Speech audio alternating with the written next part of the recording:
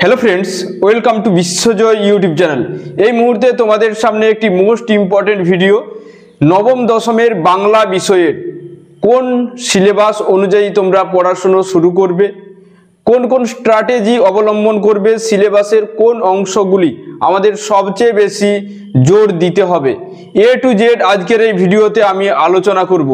তো ভিডিওটি তোমাদের মোস্ট ইম্পর্টেন্ট হতে চলেছে। ভিডিওটি অবশ্যই প্রথম থেকে শেষ পর্যন্ত দেখো এবং তোমাদের যে সমস্ত বন্ধুরা আছে বাংলা বিষয়ের তাদের সঙ্গে ভিডিওটি অবশ্যই শেয়ার করো।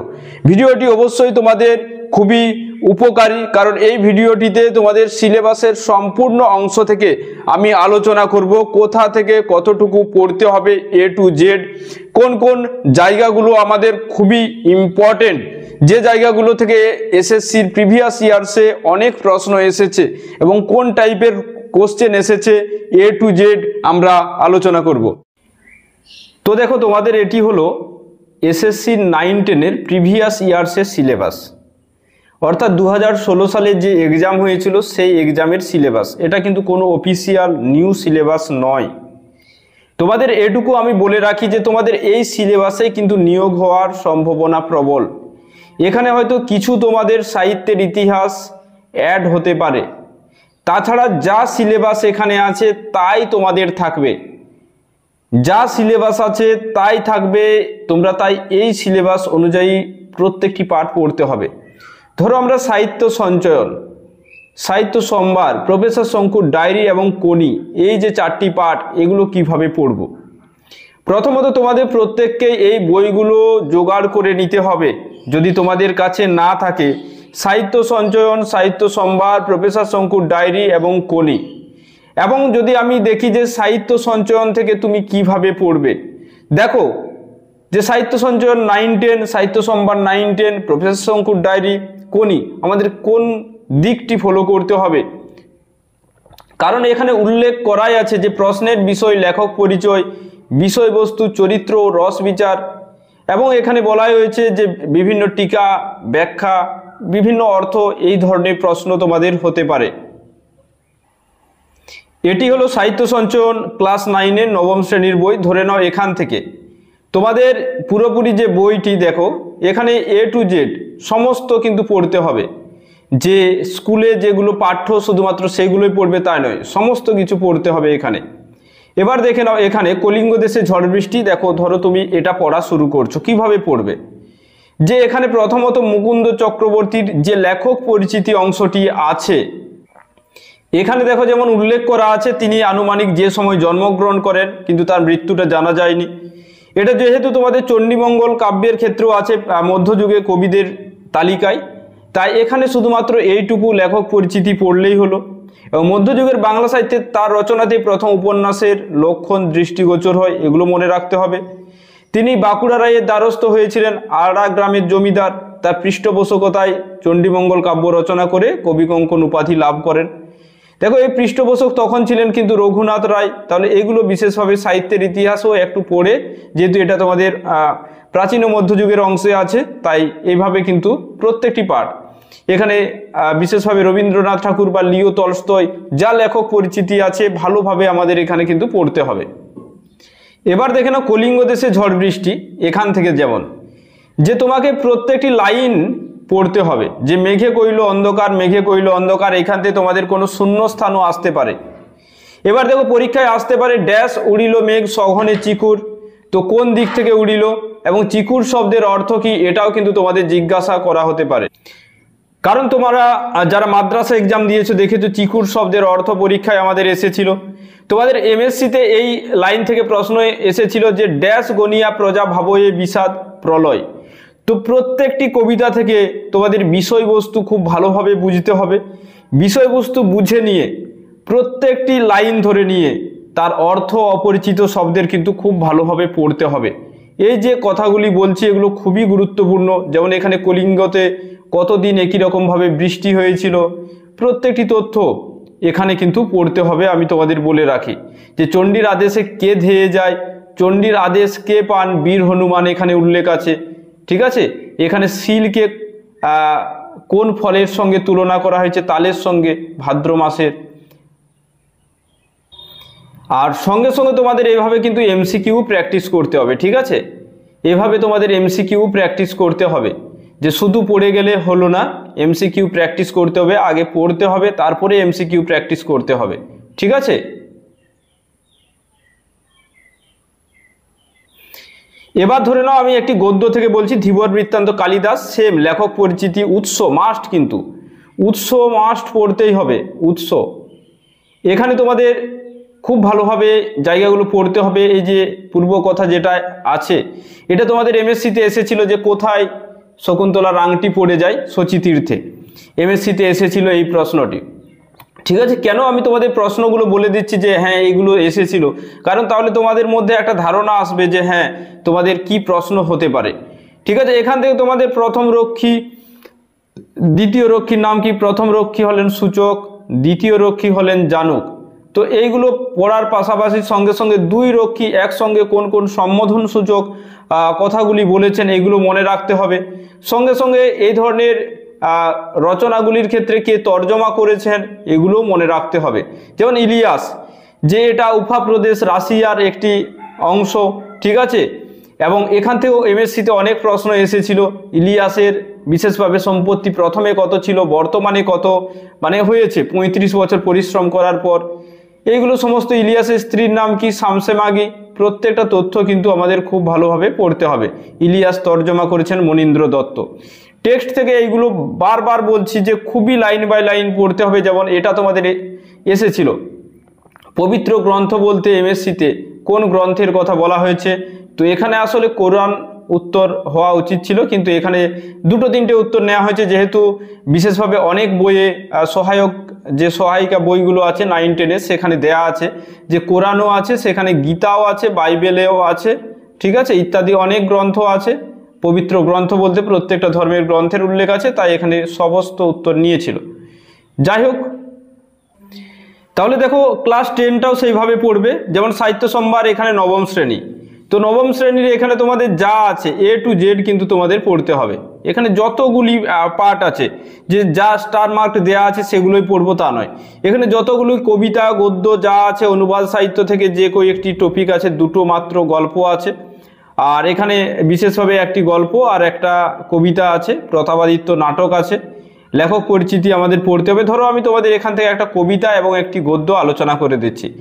যেমন বীরবাহুর মৃত্যুতে রাবণ, এটা মাইকেল মধুসূদন দত্তের বিশেষভাবে মেঘনাদ বধ কাব্যের একটি অংশ, অভিষেক থেকে নেওয়া হয়েছে, প্রথম যে স্বর্গ সেখান থেকে। তো এখানে প্রত্যেকটি, যে মহাশোকে শোকাকুল কহিলা রাবণ, যে শয্যায় আজি তুমি শুয়েছ কুমার। তো এই উক্তিটি তুলে দিয়ে বলতে পারে যে এটি কে বলেছেন, তো রাবণ বলেছেন। সঙ্গে সঙ্গে এখানে অনেক ধরনের কোশ্চেন হতে পারে তোমাদের, যে এ ভবভূমি তব লীলাস্থলী, এখানে কার লীলাস্থলের কথা বলা হয়েছে? বিধাতার লীলাস্থলের কথা বলা হয়েছে। এখান থেকে তোমাদের যে কোনো অর্থ আসতে পারে, যে প্রভঞ্জন মানে কি, ঠিক আছে, এই ধরনের অর্থগুলো তোমাদের আসতে পারে। এবার দেখে নাও, যদি আমি একটি গদ্য তোমাদের এখানে নিয়ে নিই, দেখো এখানে ধরো প্রথম যেটি আছে সেটি নিয়ে নিচ্ছি। দেখো, যে বাঙ্গালার ইতিহাস, তো এটার উৎস পড়তে হবে ঈশ্বরচন্দ্র বিদ্যাসাগরের বাংলার ইতিহাস, যেটা বাঙ্গালার ইতিহাস দ্বিতীয় ভাগ, সেখান থেকে নেওয়া হয়েছে, 1848-এ প্রকাশিত হয়, ঠিক আছে। মার্সম্যানের হিস্ট্রি অফ বেঙ্গল থেকে বাঙ্গালার ইতিহাস। তোমরা যখন ঈশ্বরচন্দ্র বিদ্যাসাগর প্রবন্ধ সাহিত্য থেকে পড়বে তখন তো এগুলো হয়েই যাবে। সঙ্গে সঙ্গে এখানে দেখে নাও তোমাদের, যে বেলা 5টার সময় সিরাজউদ্দৌলা চৌপলায় চড়িয়া দুর্গ মধ্যে উপস্থিত হইলে ইউরোপীয়রা তাহার সম্মুখে নীত হলো। এখানে কখন পৌঁছালেন তিনি? চৌপলা অর্থাৎ কি পালকি, এই ধরনের প্রশ্নগুলো আমাদের পড়তে হবে। এখানে কতজন বিশেষভাবে ইংরেজকে বন্দি করে রাখা হয়েছিল? 146 জনকে। কতজন জীবিত ছিলেন? 23 জন। এই তথ্যগুলো কিন্তু পড়তে হবে। পড়ার পাশাপাশি এখানে যে শেষ অংশের দিকে তোমাদের লেখক পরিচিতি আছে, এইগুলোও কিন্তু দেখতে হবে। ধরে নাও এই যে এখানে লেখক পরিচিতি আছে, দেখে নাও, এই যে অক্ষয়চন্দ্র সরকার, এখান দেখো অক্ষয়চন্দ্র সরকার, তিনি বিশেষভাবে গোচারণের মাঠ তার বিখ্যাত রচনা, যেমন গগনপটুটা তোমাদের এখান থেকে নেওয়া হয়েছে। আর বিশেষভাবে তার গ্রন্থগুলোর নাম মনে রাখতে হবে। অনুপমা বসুমাত্রী, তিনি অসমের একজন কবি ছিলেন, এগুলো মনে রাখতে হবে, তার গ্রন্থগুলো মনে রাখতে হবে। দেখো এখানে বীরবাহুর মৃত্যুতে তুমি যেমন রাবণ পড়লে, পড়ার পাশাপাশি তোমাকে এমসিকিউ কিন্তু প্র্যাকটিস করে নিতে হবে। তাহলে তোমাদের খুবই ভালো হবে প্রিপারেশনটা।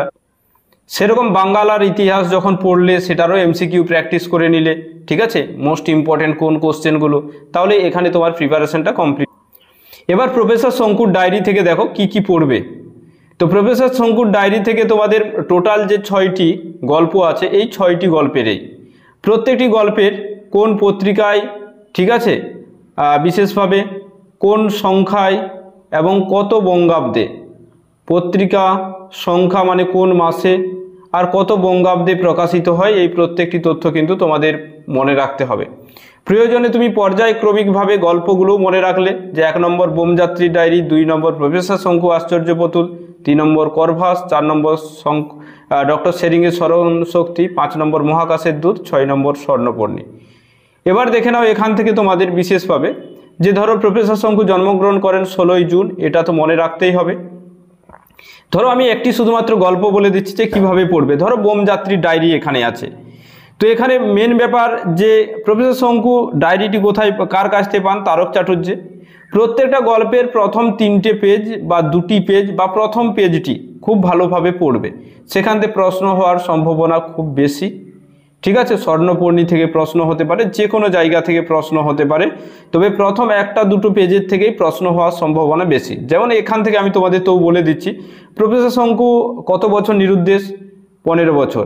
এখানে আমরা দেখতে পাবো যে তিনি এই যে খাতাটি যেটাকে বলছেন গোল্ড মাইন, যেটা প্রফেসর শঙ্কুর গল্প কথা আছে, সেটা তিনি কোথা থেকে পেয়েছিলেন, তো সুন্দরবন থেকে পেয়েছিলেন, ঠিক আছে, সুন্দরবনের মাথারিয়া অঞ্চল থেকে পেয়েছিলেন। এখানে আমরা দেখতে পাবো যে প্রফেসর শঙ্কুর বিশেষভাবে সঙ্গে 27 বছর ধরে যিনি আছেন তিনি হলেন প্রহ্লাদ, 27 বছর ধরে আছেন। তাহলে স্ন্যাপগান এর বঙ্গার্থ বা বাংলা অর্থ কি, এটাও কিন্তু আমাদের পড়তে হবে, ঠিক আছে। সঙ্গে সঙ্গে বিশেষভাবে তারা যে মঙ্গল গ্রহে যান, তখন বিশেষভাবে ওজন কত ছিল, যন্ত্রমানবের নাম কি, বিধুশেখর, এই তথ্যগুলো কিন্তু আমাদের প্রত্যেকটাই পড়তে হবে খুবই ভালোভাবে। এবার দেখে নাও কোনি মতি নন্দীর, ঠিক আছে, এখান থেকে এর লেখক পরিচিতি খুব ভালোভাবে পড়ে নিও, ঠিক আছে। লেখক পরিচিতিতে অনেক তথ্য দেওয়া আছে, খুব ভালোভাবে পড়ে নিতে হবে। এবার কোনি সম্পর্কে আমি তোমাদের বলে নিই, যে কোনি সম্পর্কে, কোনি ক্লাস 5-এ পড়েই কিন্তু স্কুল ছেড়ে দেয়।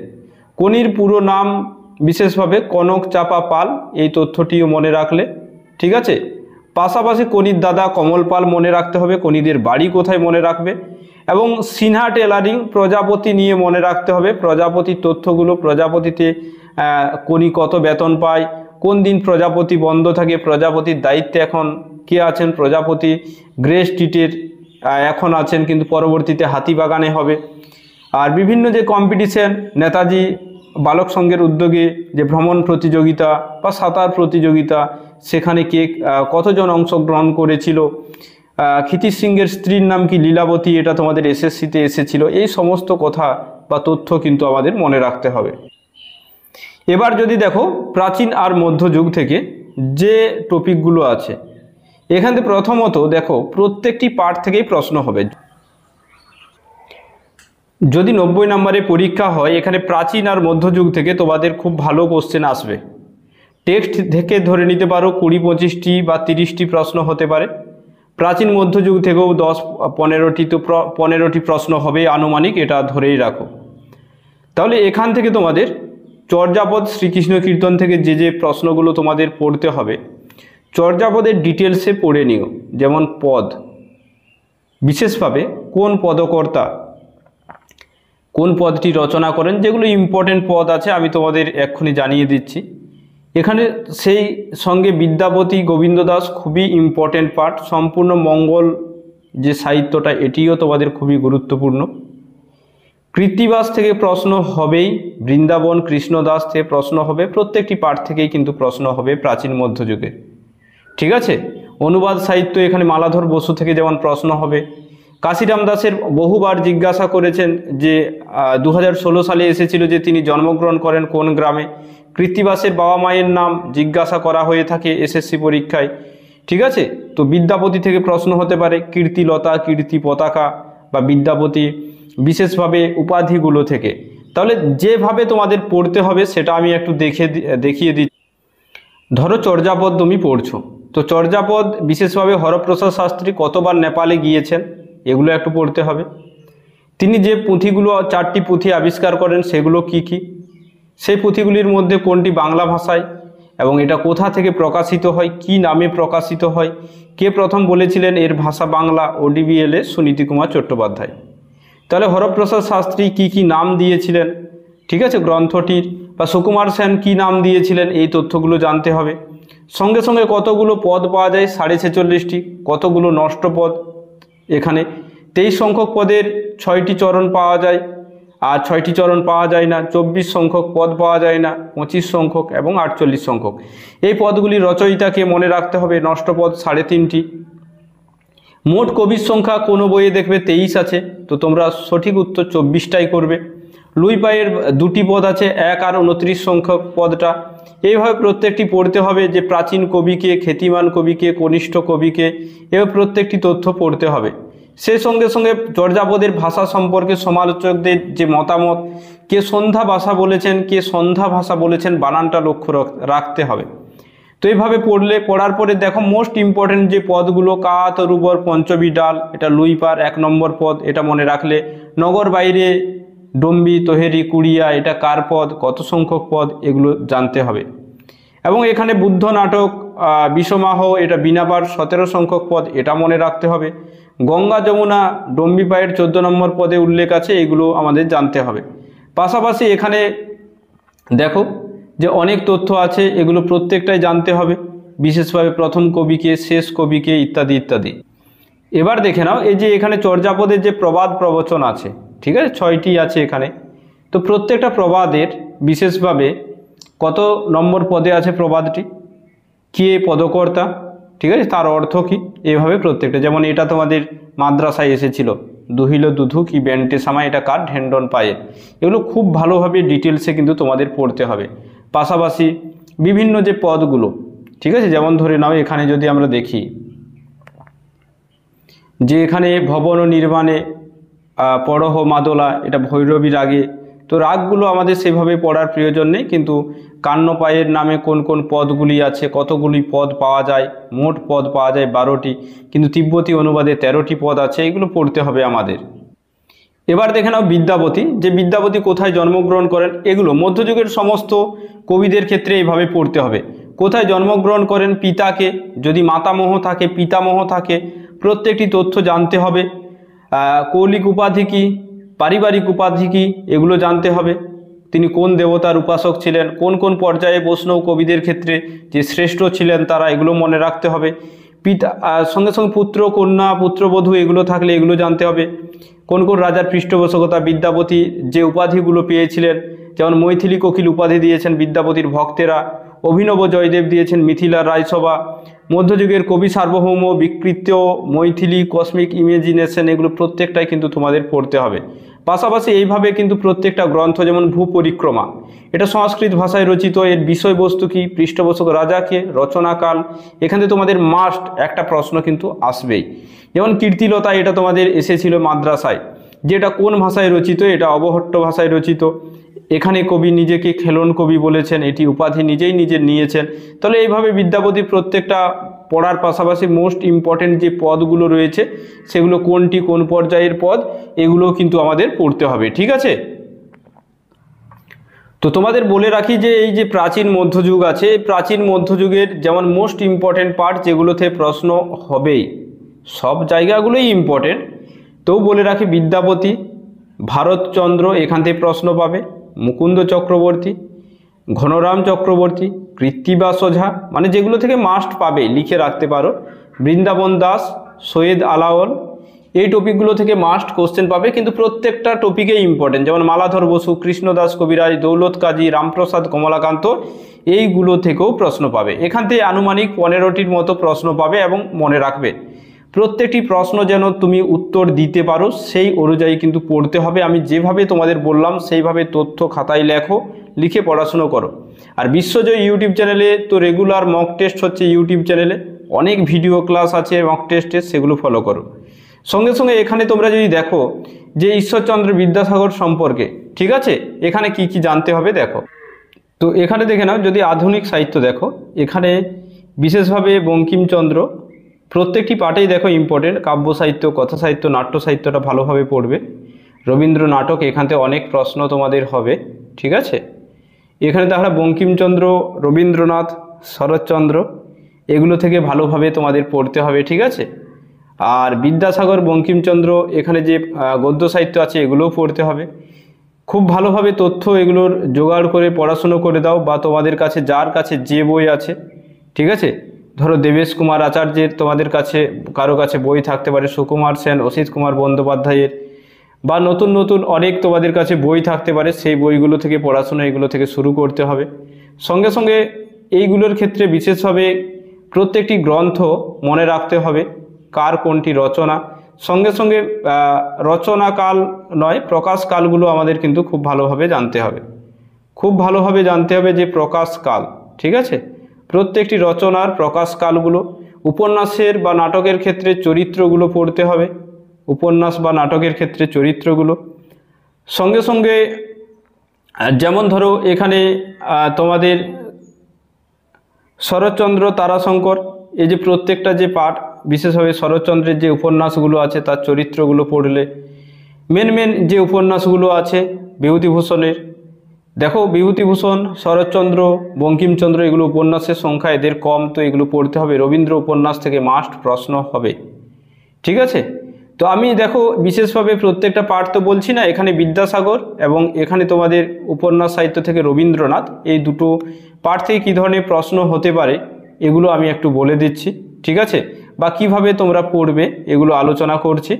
তারপরে তোমাদের সঙ্গে অনুবাদ অনুষঙ্গ থেকে দেখো প্রত্যেকটা পাঠ, যে এখান থেকে উইলিয়াম শেক্সপিয়র থেকে কিভাবে পড়বে, প্রত্যেকটি তথ্য কিন্তু তোমাদের জোগাড় করতে হবে। শূদ্রক থেকে কোনগুলো ইম্পর্টেন্ট আছে, হ্যাঁ, প্রেমচন্দ্র থেকে কিভাবে পড়বে, প্রত্যেকটি তথ্য কিন্তু বই জোগাড় করে পড়তে হবে। এবার দেখে নাও তাহলে। দেখো এখানে ঈশ্বরচন্দ্র বিদ্যাসাগর থেকে উপাধি দেখে নাও, যে তিনি বিদ্যাসাগর সংস্কৃত কলেজের, এবং রবীন্দ্রনাথ বিদ্যাসাগরকে বাংলা গদ্যের প্রথম যথার্থ শিল্পী বলেছেন, এগুলো পড়তে হবে। সঙ্গে সঙ্গে ছদ্মনামগুলো। এবার দেখো কোন পত্রিকা সম্পাদনা করতেন, বাসুদেব চরিত সম্পর্কে যে দশম স্কন্ধ অবলম্বনে রচনা করেন, ফোর্ট উইলিয়াম কলেজের ছাত্রদের জন্য রচিত, বিদ্যাসাগর রচিত প্রথম এটি বাংলা গ্রন্থ, এটা আনুমানিক রচনাকাল, এটা পাণ্ডুলিপি পাওয়া যায়নি। বেতাল পঞ্চবিংশতি সম্পর্কেও দেখে নাও, যে তথ্য আছে লাল্লুজির বৈতাল 25 গ্রন্থ অবলম্বনে রচিত, এটি গল্প গ্রন্থ। সংস্কৃত ভাষায় রচিত মূল গ্রন্থটি, মার্শাল সাহেবের অনুরোধে এটি রচনা করেন। দেখো বেতাল পঞ্চবিংশতি 1847, এটা মনে রাখবে। বিদ্যাসাগরের প্রথম এটি মুদ্রিত গ্রন্থ, এবং এখানে ছেদ জ্যোতির ব্যবহার প্রথম তিনি করেন। তাহলে এইভাবে বিদ্যাসাগরের প্রত্যেকটি তথ্য কিন্তু খুব ভালোভাবে পড়তে হবে। তোমাদের এমএসসিতে বোধোদয় এসেছিল, ঠিক আছে। তো এগুলো বিশেষভাবে অনুবাদ সাহিত্য, অনুবাদ রচনা বিদ্যাসাগরের, তো কার কোন গ্রন্থের অনুবাদ করেন এগুলো কিন্তু খুব ভালোভাবে তোমাদের পড়তে হবে, ঠিক আছে। দেখো ধরো রবীন্দ্র উপন্যাস, তো বিশেষভাবে তিনি রবীন্দ্রনাথ ঠাকুর যে প্রথম লিখিত উপন্যাস কোনটি, প্রথম প্রকাশিত উপন্যাস কোনটি, এই তথ্যগুলো তো তোমাদের পড়তেই হবে, ঠিক আছে। পাশাপাশি করুণা যে 1878, বিশেষভাবে এটাও তোমাদের পড়তে হবে। কোন পত্রিকায় কোন কোন চরিত্রগুলো আছে, বঙ্কিমচন্দ্রের প্রভাব আছে। বউ ঠাকুরানীর হাট সম্পর্কে ধরো পড়ছো, এখানে তোমাদের বউ ঠাকুরানীর হাট সম্পর্কে বিশেষভাবে এটা প্রথম পূর্ণাঙ্গ উপন্যাস, ভারতী পত্রিকায় প্রকাশিত হয়, সৌদামিনী দেবীকে উৎসর্গ করেন। প্রতাপচন্দ্র ঘোষের বঙ্গাধিপ পরাজয়, এটি একটি ইতিহাস আশ্রিত উপন্যাস, এখানে যে যে চরিত্রগুলো আছে এগুলো মনে রাখতে হবে। পাশাপাশি এখানে যদি দেখো যে রাজর্ষি, ঠিক আছে, রাজর্ষি অবলম্বনে তিনি কোন নাটক রচনা করেন এগুলো মনে রাখতে হবে। বিসর্জন নাটক, চোখের বালির চরিত্র, কী ধরনের উপন্যাস, উপন্যাস থেকে নৌকাডুবি, কী ধরনের প্রত্যেকটি পাঠ কিন্তু কোনটা কী ধরনের এগুলো তোমাকে জানতে হবে। যেমন ইংরেজি অনুবাদ দি বোট রিক, অরুণাভ সিনহা, তোমাদের মক টেস্টে এই প্রশ্নটি দিয়েছিলাম। তো এই তথ্যগুলো কিন্তু তোমাদের খুব ভালোভাবে পড়ার পাশাপাশি এইভাবে তোমাদের প্র্যাকটিসও করে নিতে হবে, ঠিক আছে। এখান থেকে তোমাদের প্রশ্ন কিন্তু আসবেই। এবার দেখো মোহাম্মদ ইকবাল থেকে কিভাবে পড়বে, যে এখান থেকে প্রত্যেকটি কি সাল তারিখ পড়া সম্ভব, মনে রাখা সম্ভব নয়, কিন্তু যেগুলো মনে রাখতে হবে যে তিনি যে তার থিসিস জাতীয় রচনা 1908 প্রকাশিত হয়, বা জাভেদনামা 1932 প্রকাশিত হয়, দান্তের ডিভাইন কমেডি অবলম্বনে এগুলো মনে রাখতে হবে। উর্দু ভাষায় রচনা করেছিলেন 1933-এ প্রকাশিত বালি জিব্রাল, এই তথ্যটি মনে রাখতে হবে। বিশেষ করে তিনি নাইট উপাধি ত্যাগ করেন, ঠিক আছে, পুস্তকের জন্য পেয়েছিলেন 1923-এ। আর এখানে বিখ্যাত গান সারে জাহাসে আচ্ছা তার রচনা, এখানে প্রথম প্রকাশিত কাব্যগ্রন্থ, এটার নাম, এটা প্রকাশকাল মনে রাখতে পারবে। আর প্রত্যেকটি তথ্য কিন্তু এখান থেকে মনে রাখবে, ঠিক আছে, প্রত্যেকটা তথ্য এখান থেকে যা তথ্য আছে এগুলো মনে রাখতে হবে। এখানে দেখো গোপীনাথ মহান্তি থেকে তোমাদের বিশেষভাবে মহাকাব্যিক যে উপন্যাস পর্যা, অমৃত সন্তান, মাটি মটাল আছে, এখান থেকে তোমাদের প্রথম উপন্যাস মন গহির চষা, এটা তো এসেছিল এমএসসিতে। তো এইভাবে কিন্তু তোমাদের পড়তে হবে যে এটা আনুমানিক প্রকাশিত হয় 1940-এ, এই তথ্যগুলো পড়তে হবে। সেই সঙ্গে সঙ্গে দেখো শূদ্রক থেকে, শূদ্রকের বিভিন্ন ধরো প্রথমে আছে মৃচ্ছক টিকম, এখানে যে চরিত্রগুলো আছে এগুলো পড়তে হবে। বিশেষভাবে সবারই কি চরিত্র মনে রাখা পারবে না। শূদ্রক পড়লে, কালিদাস পড়লে, এদের চরিত্রগুলো একটু পড়লে এগুলোতেই হবে। দেখো এখানে উল্লেখ করে দেওয়া আছে শূদ্রকে কোন কোন চরিত্রগুলো আমাদের আছে, ঠিক আছে, পদ্ম পাবৃতকে কোন কোন চরিত্রগুলো আছে এগুলো দেখে নেবে। শুধুমাত্র কালিদাস আর শূদ্রকের চরিত্রগুলোই দেখবে, অন্যান্যগুলো দেখার কোনো প্রয়োজন নেই। উইলিয়াম শেক্সপিয়র থেকে এইভাবে প্রত্যেকটি তথ্য কিন্তু লিখে নাও। ঐতিহাসিক নাটক কোনগুলো, ট্র্যাজেডি নাটক, যেমন এটা তোমাদের এসেছিল এমএসসিতে, কোরিওলেনাস, ঠিক আছে। সঙ্গে সঙ্গে এখানে তার কোন নাটকটি কে বাংলায় অনুবাদ করেন, নাটকটির কি নাম দিয়েছেন, ভানুমতি চিত্তবিলাস না চারুমুখ চিত্তহারা, রোমিও জুলিয়েট অবলম্বনে হরচন্দ্র ঘোষ রচনা করেন, অনুবাদ করেন, ঠিক আছে। এবার বাংলা সাহিত্যে কোন কোন সাহিত্যিকের প্রভাব রয়েছে, কোন কোন রচনায়, এগুলো পড়তে হবে। তাহলে দেখো আধুনিক যুগটা খুব ভালোভাবে পড়ো, খুব ভালোভাবে। সাহিত্যের ইতিহাস, প্রাচীন মধ্যযুগ, আধুনিক যুগ, অনুবাদ, অনুষঙ্গ এবং ব্যাকরণ, এই পাঠ থেকে তোমাদের যদি 90 নম্বরের প্রশ্ন হয়, ধরে নিতে পারো 60 থেকে 65টি প্রশ্ন এখান থেকেই আসবে, ঠিক আছে। প্রত্যেকটি পাঠ, বিশেষভাবে নাটকগুলো মনে রাখো। রবীন্দ্র নাট্য সাহিত্য, ভারতীয় সাহিত্য, খুব ভালোভাবে তথ্যগুলো মনে রাখতে হবে। আমি তোমাদের দেখালাম কিভাবে নোটস করে রাখতে হবে। ব্যাকরণের থেকে ধরো প্রত্যেকটি পাঠ, ধ্বনির ক্ষেত্রে ধরো ধ্বনি ও বর্ণ, অকে কোন ধরনের ধ্বনি বলা হয় এটা জানতে হবে, ক কে বলা হয় কি, ঠিক আছে, কোনগুলো অল্প প্রাণ, কোনগুলো ঘোষ, কোন বিশেষভাবে বর্ণটিকে পার্শ্বিক বলা হয়, পার্শ্বিক ধ্বনি বা পার্শ্বিক ব্যঞ্জন বলা হয়। ধ্বনি পরিবর্তনের ধারা থেকেও সমীভবন, বিষমীভবন, প্রত্যেকটি পাঠ আমাদের খুবই নিখুঁতভাবে পড়তে হবে। যে কোনো উদাহরণ তোমাদের পরীক্ষায় দিতে পারে। ধরো তোমাদের এসএসসি 2016-তে এসেছিল প দয়েম পদ্ম থেকে প দয়েদ পদ্ম, এটি হলো প্রগত সমীভবনের উদাহরণ। আর তোমাদের ডিটেলসে দেখো, ক্লাস তো ব্যাকরণের আমি ইউটিউবে দিচ্ছি না, কিন্তু মক টেস্ট যেগুলো নিচ্ছি সেগুলো কিন্তু তোমাদের অনেক হেল্পফুল। উপসর্গ সংস্কৃত উপসর্গ 20টি আছে, পরা থেকে শুরু করে। আর অনুসর্গ 2 প্রকারের, ঠিক আছে, শব্দজাত আর ক্রিয়াজাত আছে। এখানে প্রত্যয়টা পড়তে হবে, যেমন তোমাদের এসএসসিতে এসেছিল জাজ্জল্যমান, ঠিক আছে, জাজ্জল্যমান। এখানে বিশেষভাবে সানজ প্রত্যয় আছে, জংয়ের সঙ্গে জল যোগ জং যোগ সানজ আছে। তো প্রত্যয় তো আমাদের পড়তেই হবে। শব্দ ভাণ্ডারের বিশেষভাবে দেশি শব্দ কোনগুলো, হ্যাঁ, তেঁতুল, টোপর, বাদুড়। সঙ্গে সঙ্গে এগুলোর পাশাপাশি অর্ধ তৎসম শব্দ কোনগুলো, কেষ্ট, অর্ধ তৎসম শব্দগুলো দেখে নেবে। সঙ্গে সঙ্গে সংকট শব্দগুলো দেখে নেবে। আরবি ফার্সি কিছু দেখে রাখতে হবে। তুর্কির প্রত্যেকটা শব্দ দেখতে হবে, দারোগা, বোচকা। পর্তুগিজ শব্দ দেখলে বিশেষভাবে আলনা, আলমারি, এগুলো পর্তুগিজ শব্দ, এগুলো দেখলে। ম্যালেরিয়া, ডেঙ্গু, এগুলো কী ধরনের শব্দ, এগুলো মনে রাখতে হবে। হিন্দি শব্দগুলো মনে রাখতে হবে। বিশেষ্য পদ, বিশেষণ পদ, সর্বনাম, অব্যয়, ক্রিয়া। এখানে দেখে নাও অব্যয় থেকে তো প্রশ্ন হবে যে কিন্তু আমাদের সংকোচক অব্যয়, ঠিক আছে। সে সঙ্গে বিশেষ্য ভাববাচক বিশেষ্য কোনগুলো, বিশেষভাবে ক্রিয়াবাচক বিশেষ্য কোনগুলো, সঙ্গে সঙ্গে অবস্থাবাচক বিশেষ্য কোনগুলো, এগুলো পড়তে হবে। কারক খুব ভালোভাবে শিখতে হবে, প্রত্যেকটি কারক, ঠিক আছে। এখানে সমাসের প্রত্যেকটি উদাহরণ পড়তে হবে ভালোভাবে। যে যখনই তুমি কর্মধারয় সমাস পড়লে, কর্মধারয় সমাসকে যে 5 ভাগে ভাগ করা হয়, প্রত্যেকটি ভাগের উদাহরণগুলো পড়তে হবে। এবং অব্যয়ীভাব সমাসকে বেশি জোর দিতে হবে, অব্যয়ীভাব সমাস। সঙ্গে সঙ্গে এখানে তোমাদের জোর দিতে হবে অলোপ সমাসকে, ঠিক আছে। অন্যান্য বহুব্রীহি, দ্বন্দ্ব, দ্বিগু, নিত্য সমাস, এগুলো তো আছেই। সঙ্গে সঙ্গে এখানে বাক্য থেকেও অল ডিটেলসে, বাচ্য থেকে অল ডিটেলসে তোমরা যারা বিশ্বজয় ইউটিউব চ্যানেলে ক্লাস করেছো, ঠিক আছে, তারা জানো যে আমি তোমাদের কত যত্ন সহকারে ব্যাকরণগুলো পড়াই। কোথাও কোনো অসুবিধা হবে না, বা পুরোপুরি সম্পূর্ণ সাহিত্যের ইতিহাস বা টেক্সট প্রত্যেকটি পার্ট তোমাদের খুবই যত্ন সহকারে পড়ানো হয়। তোমরা যদি কেউ এডমিশন হতে চাও তো এডমিশন হতে পারো, স্ক্রিনে হোয়াটসঅ্যাপ নাম্বার দেওয়া আছে, হোয়াটসঅ্যাপ করবে, কেউ কিন্তু কোনো মতেই কল করবে না, ঠিক আছে। তো বিশেষভাবে তোমাদের কাছে এই মুহূর্তে যে যে দিকগুলো প্রয়োজন, প্রত্যেকের কাছে যদি না বই থাকে তো প্রথম কথা হলো বই কিনে নিতে হবে বা বই জোগাড় করতে হবে। আশা করি সকলের কাছেই বই আছে। আর বিশেষভাবে বই কেনার ক্ষেত্রে দেবেশ কুমার আচার্যের বই কিনতে পারো তোমরা, দেবেশ কুমার আচার্যের, ঠিক আছে। সঙ্গে সঙ্গে অসিত কুমার বা সুকুমার সেনের এই বইগুলো তোমরা কিনতে পারো।